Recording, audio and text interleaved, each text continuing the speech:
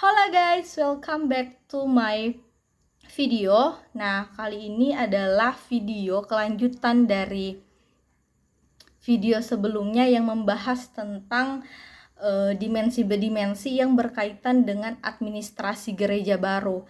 Nah, di video yang pertama itu, di situ saya menjelaskan tentang dimensi Alkitab, teologi, dan doktrin. Nah, kali ini di video saya yang kedua ini, yang part 2, saya akan menjelaskan tentang dimensi kebijakan gereja. Nah, awal video yang pertama itu kan saya ada bilang bahwa administrasi gereja baru itu ada menyangkut dimensi-dimensi yang dimana itu ada terdapat 6 dimensi. Nah, yang pertama itu kan adalah dimensi Alkitab, teologi, dan doktrin. Nah, yang kedua ini yang akan saya sampaikan adalah dimensi mengenai kebijakan gereja. Nah, sebelum saya memulai, sebelum menjelaskan tentang kebijakan gereja, dimensi kebijakan gereja, jadi saya tuh sudah menulis sebuah artikel. Seperti video sebelumnya, teman-teman boleh mengoreksi, teman-teman boleh berkomentar, siapa tahu teman-teman ada yang mau sanggah atau mungkin ada perkataan saya yang salah, silakan teman-teman komen karena saya akan menerima kritikan dari teman-teman serta sanggahan dari teman-teman semua. Nah, judul artikel saya yaitu pentingnya fungsi kebijakan gereja dalam tujuan pembangunan gereja. Sebelum kita membahas tentang judul artikel itu, pertama-tama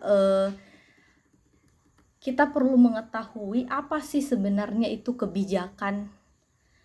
Nah, teman-teman, kebijakan itu adalah rangkaian konsep dan asas yang menjadi pedoman dan dasar rencana dalam pelaksanaan suatu pekerjaan, kepemimpinan, dan cara dalam bertindak. Nah, sistem kebijakan ini tidak hanya dipakai dalam sistem pemerintahan saja, melainkan sistem kebijakan ini dipergunakan dan dipakai juga di dalam gereja.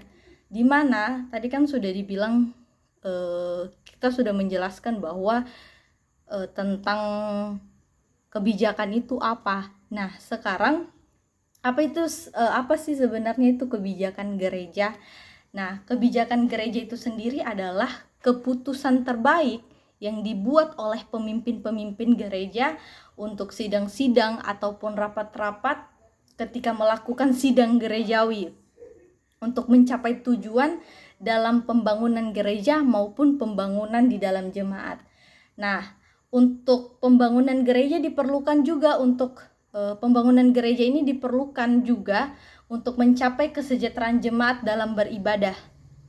Tetapi ada hal yang lebih penting dari itu, yaitu pembangunan di dalam jemaat. Kalau mau dibilang, gereja sendiri itu adalah keluarga Allah yang dibangun atas landasan batu yang hidup, yaitu Yesus Kristus. Jadi jika kita berbicara tentang gereja, maka yang dimaksud dari artikel yang saya tulis adalah manusianya baik secara universal, lokal maupun individual. Jadi fungsi kebijakan gereja ini sangat berfungsi, sangat apa ya, kalau mau dibilang sangat berperan penting, sangat benar-benar berperan penting untuk mencapai tujuan di dalam membangun jemaat. Nah, saya akan membahas. Jadi, saya akan masuk dalam pembahasan mengenai pentingnya fungsi kebijakan gereja dalam tujuan pembangunan jemaat. Nah, kebijakan gereja adalah keputusan-keputusan yang dibuat oleh pemimpin-pemimpin gereja dalam sidang-sidang dan rapat-rapat di dalam gereja. Jadi apa yang diputuskan oleh pemimpin gereja dalam sidang-sidang dan rapat-rapat gerejawi itu Yang dimaksudkan adalah untuk memastikan bahwa perupaan gereja yang berlangsung berdasarkan model yang dikehendaki oleh Allah. Jadi apa yang diputuskan oleh pemimpin gereja dalam sidang-sidang dan rapat-rapat gerejawi menjadi super sistem lingkungan hidup masyarakat, bangsa, negara, nasional maupun global. Nah, asumsi dasar dari kebijakan gereja terbagi menjadi dua dalam satu misiologi gereja atau dalam satu kebijakan unggul, yaitu sumber daya insasi terbatas dan sumber daya finansial terbatas. Nah, di sini dijelaskan juga bahwa materi dasar kebijakan gereja itu yaitu pendekatan akademik berupa data informasi, konsep variabel, model, teori, dan paradigma. Nah, di sini pemimpin gereja menyelenggarakan kebijakan gereja dalam sidang rapat untuk memastikan visi dan misi gereja yang terpenuhi serta memastikan bahwa kebutuhan jasmani dan spiritualitas jemaat itu terpenuhi. Nah, oleh sebab itu teman-teman, apa yang diputuskan oleh pemimpin gereja dalam sidang maupun rapat yang dimaksud adalah untuk memastikan bahwa apa yang ditetapkan pemimpin bagi gereja itu berlangsung berdasarkan model yang dikehendaki oleh Allah. Jadi semua keputusan-keputusan yang dihasilkan dan yang diputuskan oleh pemimpin-pemimpin rapat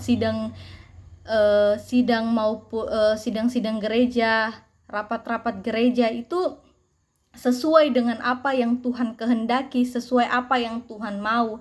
Jadi keputusannya itu tidak semata-mata langsung seperti keputusan yang semena-mena saja, melainkan ada berbagai hal fokus-fokus untuk dilihat dalam mengambil keputusan ini. Kemudian di sini juga serta menjadi support sistem lingkungan hidup, yaitu masyarakat, bangsa, dan negara. Jadi sistem kebijakan yang dipakai gereja ini membantu gereja dalam mengatur pembangunan jemaat. Inilah salah satu fungsi dan peranan penting sistem kebijakan ini di dalam gereja. Sistem kebijakan membantu untuk menolong gereja dalam mengatur jemaat supaya jemaat dapat saling terarah, kemudian dan jemaat juga bisa dapat menghindari pertengkaran di antara para jemaat. Jadi tidak ada lagi dengan adanya sistem kebijakan ini, tidak adanya lagi pengambilan keputusan yang semena-mena, tidak ada lagi pertentangan-pertentangan, kemudian pertengkaran-pertengkaran antara jemaat dengan jemaat, jemaat dengan pelayan, pelayan dengan pelayan, dan sebagainya. Karena adanya sistem kebijakan inilah yang membantu untuk para pemimpin-pemimpin gereja beserta jemaat-jemaatnya dalam mengambil suatu keputusan yang tepat sesuai dengan apa yang Tuhan Yesus itu mau, yang Allah itu mau. Nah, kebijakan gereja juga membantu gereja dalam mengambil keputusan untuk pengeluaran dana, kemudian untuk mengatur sistem administrasi di dalam gereja. Makanya dikatakan bahwa administrasi gereja baru itu berkaitan dengan dimensi kebijakan gereja. Kemudian dengan adanya sistem kebijakan gereja ini membantu gereja di dalam mengambil keputusan. Nah, teman-teman semua, sekian untuk penjelasan video ini mengenai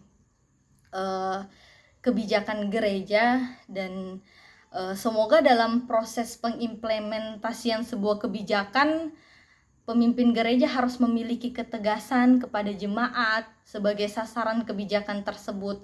Nah, apabila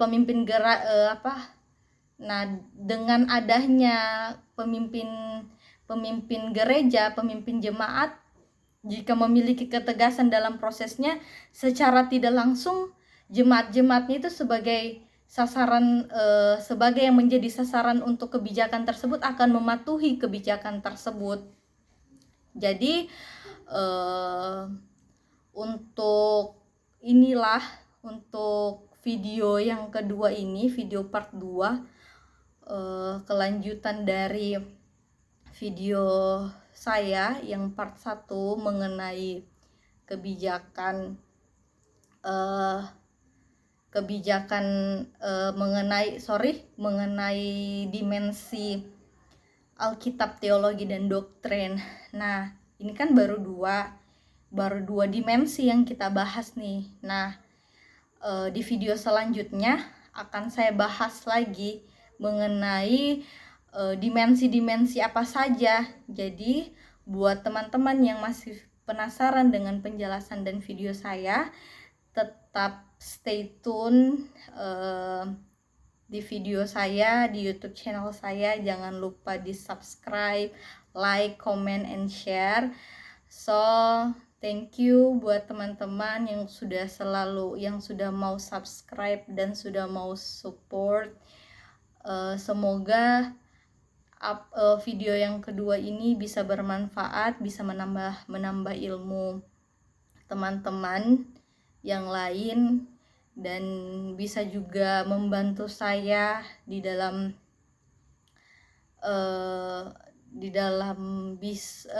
supaya bisa membagikan apa yang saya tahu, pengetahuan yang saya tahu, dan kita bisa sharing-sharing di dalam YouTube channel ini. Jadi terima kasih banyak, sampai jumpa di video part 3 selanjutnya. Bye bye.